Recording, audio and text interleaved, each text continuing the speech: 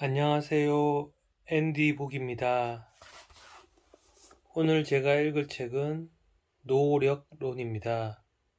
고다로한 지음, 김욱옹김, 비전코리아입니다. 시작하기에 앞서 지은이 고다로한에 대해 말씀드리겠습니다.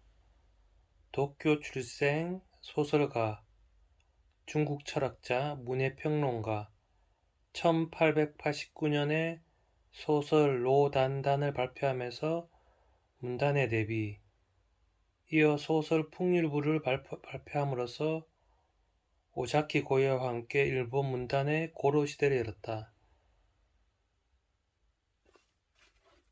특히 논어를 해설한 연락은 근대 유교 문학의 걸작으로 평가되고 있다. 옹기니의 말을 잠시 읽어보도록 하겠습니다. 이 책은 1960년대에서 1970년대 일본의 경제 부흥기 및 사회 발전의 토대가 되었다고 평가받는 책이다. 인생의 성공과 실패는 대체 어디서 오는 것일까? 과연 끝없는 노력과 인내만으로 우리는 인생의 승리자가 될 수 있을까? 똑같이 노력했는데 누구는 거두고 누구는 빼앗기는 것을 보면 노력의 양보다는 노력의 질과 노력해야 될 때를 아는 지혜가 먼저가 아닐까라고 고민해보자고 말한다. 이런 고민이야말로 이 책이 말하고자 하는 노력의 정수이기도 하다. 보이는 노력이 아닌 보이지 않는 노력의 추구인 것이다. 저자의 말을 빌리자면 노력에는 정신이 깃들어야 한다. 저마다 자기 목을 누리는 것만으로도 부족해 남의 목까지 차지해야만 성공할 수 있다고 말해지는 현대사회에서 손에 쥐어진 복을 아껴 훗날에 더 큰 복으로 되돌아오게끔 발판을 마련해둬야 한다는 지혜는 많은 생각을 하게 만들었다. 내가 누리는 복을 남에게도 나눠줄 수 있는 마음, 내가 누려야 될 성공의 결과물에 이웃의 참여를 허락하는 마음 또한 크나큰 노력이라는 저자의 철학에서 노력은 더 이상 삶의 방편, 성공의 열쇠에 머물지 않는다. 노력이야말로 인생의 가장 큰 축복이며 반드시 수긍해야 할 유일한 가치라고 생각하게 되었다. 오늘은 제3부 세상을 움직이는 5가지 이치 인생론 의 1장 기, 시기에 따른 기회변화, 눈빛으로 드러나는 기운, 기와 호흡에 대해서 읽어보겠습니다. 먼저 시기에 따른 기회변화 136페이지입니다. 옛 시인 중 누군가는 봄은 사랑이고 여름은 기쁨이며 가을은 냉정함이고 겨울은 슬픔이라는 식으로 사계절을 어인화하여 표현한 적이 있다. 이 같은 비유는 사계절의 기구적 특색에 대한 비유일 뿐 아니라 시간의 제약을 받을 수밖에 없는 모든 사물들의 순환에 대한 비유이기도 하다. 예를 들어 사람이 누군가를 사랑하게 되면 마치 봄처럼 그 기운이 따뜻해진다. 사랑이 깊어지면 여름처럼 뜨거워지고 그 뜨거움이 차차 식어 냉정해지며 결국은 헤어짐을 통해 슬픔이 된다. 시기에 따른 이 같은 변화는 비단 사랑만이 아니다. 인생 또한 이 같은 시간의 조화로부터 한치의 어긋남이 없다. 태어나 성장하는 시기가 봄이라면 여름은 그 활동이 최고조에 달하는 시기이며 가을은 성숙의 기간이고 겨울은 소멸에 해당된다. 즉 사랑도 인생도 결국 봄, 여름, 가을, 겨울이 지나고 있는 시절의 기운에서 벗어날 수 없다는 말이다. 중국 제나라 사람으로 손자 병법을 저술한 손자는 아침에 기운이 흥하는 인물과 낮에 기운이 흥하는 인물, 저녁에 기운이 흥하는 인물이 다 제각각이라고 설파했다. 그는 평소 병법에 관심이 많았던지라 전쟁을 이끄는 장수를 예로 들어 설명하였다. 아침에 기운이 흥하는 장수는 속전설결을 좋아하고 낮에 기운이 흥하는 장수는 전면전을 즐기며 저녁에 기운이 흥하는 장수는 기습을 좋아한다 하였다. 따라서 적장의 길을 파악하는 것이 전쟁에 임하는 장수의 도리라고 가르쳤다. 또한 명자는 평단지기, 새벽의 기운, 즉 이른 새벽에 느끼는 맑고 선한 기운,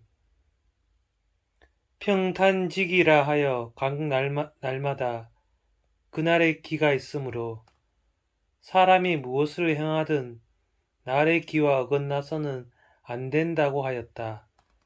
이를 좀 더 자세히 풀이하면 하루의 기가 모여 한 달의 기가 성립되고 한 달의 기가 모여 반년에 되고 반년의 기가 둘이 되어 바야흐로 1년이 된다는 이치다.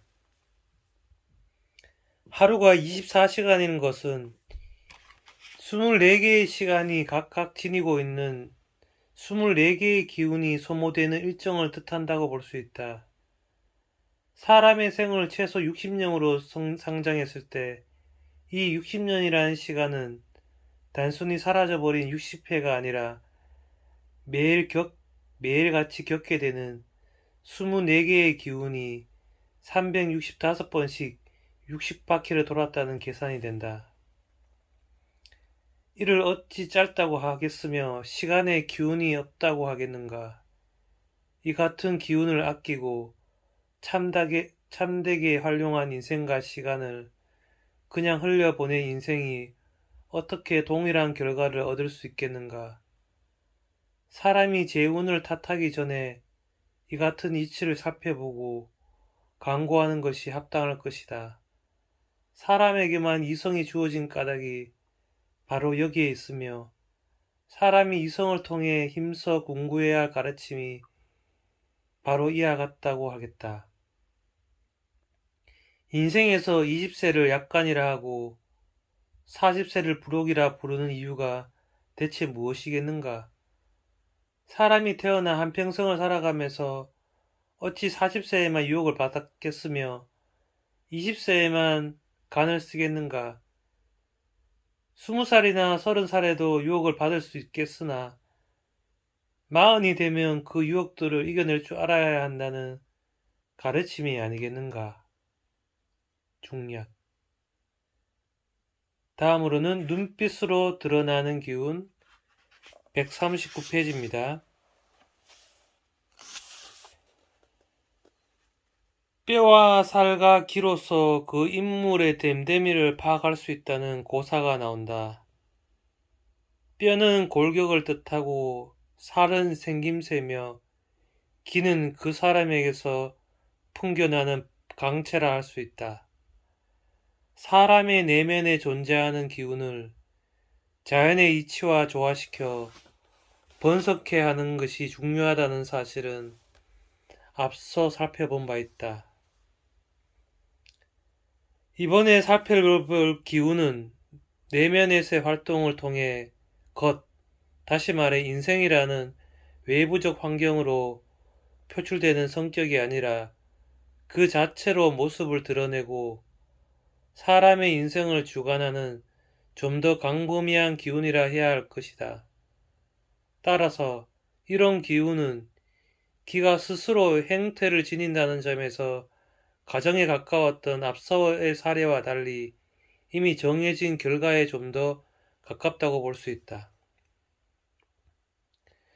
흔히 사용하는 표현 중에서 살기라는 말이 있다.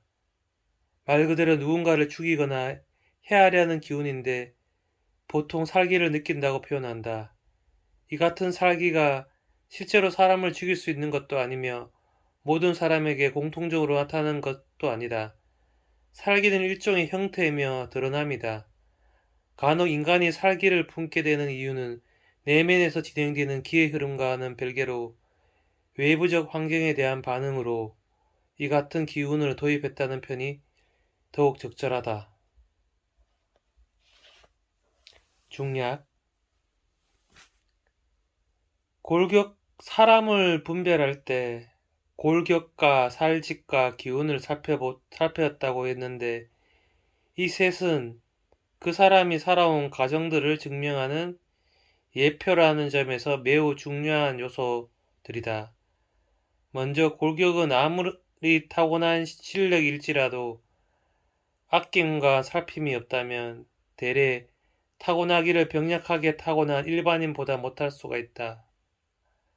다시 말해, 골격을 살핀다는 함은 그가 스스로를 절제할 수 있는 사람인지를 분별하는 기준이 된다. 스스로를 절제하지 못하는 사람을 군주나 상사로 모신다면 그 끝은 10중 8구 자멸로 기찰될 확률이 다분하다. 살집을 살핀다 함은 간상을 보는 것과 비슷한데, 간상이라 무속에 빠진 이들이 짓거리는 것처럼 타고난 복을 유추하는 방법이 아니다. 반대로 오늘날까지 어떤 마음가짐으로 살아왔는지를 알 수 있는 증거에 가깝다. 한 예로 자신의 길을 묵묵히 걸어온 예수가들은 두 눈이 깊게 패인 경우가 많다. 이는 주로 자신의 세계를 들여다보며 살아왔기 때문이다. 여기서 자신의 세계란 예술가가 추구하는 그의 자아를 뜻한다. 이에 반해 정치인들은 눈이 앞으로 튀어나온 경우가 많은데, 그 까닭은 일신의 안정과 승진을 위해 눈이 빠져라 주변을 살피며 기회를 엿보는 데 익숙해졌기 때문이다. 우스갯소리라고 치부할 수도 있으나, 마음이 기를 움직이고 기가 피를 움직이며 결국 피가 신체를 움직인다는 사실을 떠올린다면 결코 웃고 넘길 만한 일만은 아니다. 마지막으로 기운을 살핀다 함은 그가 무엇을 추구하는 인물인지를 밝히는 기준이 된다. 예를 들어 골격이 장대하고 인상이 늘 미소를 머금고 있다 하더라도 어쩐지 곁에 다가가면 살기가 느껴지는 사람이 있다. 그 이유는 그가 천성적으로 살기를 타고나서가 아니라 남을 해치는 살상의 기운을 삶에 필요한 수단으로 받아들였기 때문이다. 중략. 삶에서 자신의 기운을 발현시키는 것도 중요하지만 어떤 기운을 받아들여야 앞으로의 삶이 정당한 방향으로 진행될 수 있을지에 대해서도 충분히 고뇌해 볼 필요가 있다. 불상을 보면 대개 금박이 둘려있다. 그 이유는 생전에 석가모니가 몸소 실천한 자비의 기운을 드러내기 위해서다. 서양에서도 마찬가지로 그리스도를 묘사한 성화마다 그리스도의 주변에 흰 띠를 첨가하곤 하는데, 이 역시 그리스도의 사랑을 구체화하기 위한 방편이라고 할 수 있다. 이처럼 실제로는 눈에 보이지 않지만 사람마다 갖고 있는 본래적인 내면의 기운 외에도 살기나 사기, 자비처럼 스스로 그 의미를 지니고 있는 기운들이 감지되기 마련이다.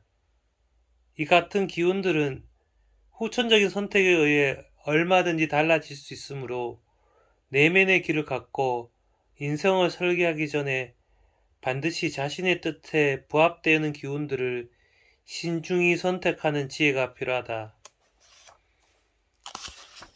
마지막으로 페이지 143페이지 기와 호흡을 읽어보도록 하겠습니다. 기를 가르쳐 호흡에 비유하는 경우가 적지 않다. 호흡은 곧 숨이라 할 것인데 앞서 살펴본 냄새와 매우 유사한 비유다. 어떤 사람이나 물체에서 풍기는 냄새는 그 사람이나 물체가 내쉬는 호흡, 즉 숨이라 할 수 있다. 호기, 흡기, 출기, 입기라는 말이 있다. 이는 모두 호흡의 활동을 번성케 하는 도가의 양생법인데 숨이라는 단어 대신 기를 사용한다는 특징이 있다. 그 까닭은 호흡을 통해 기를 다스리거나 융성하게 만들 수 있기 때문이다. 예로부터 선인들은 호흡을 중요하게 여겨왔고 도교에서는 단전으로 호흡함으로써 기를 다스릴 수 있다고 생각해왔다.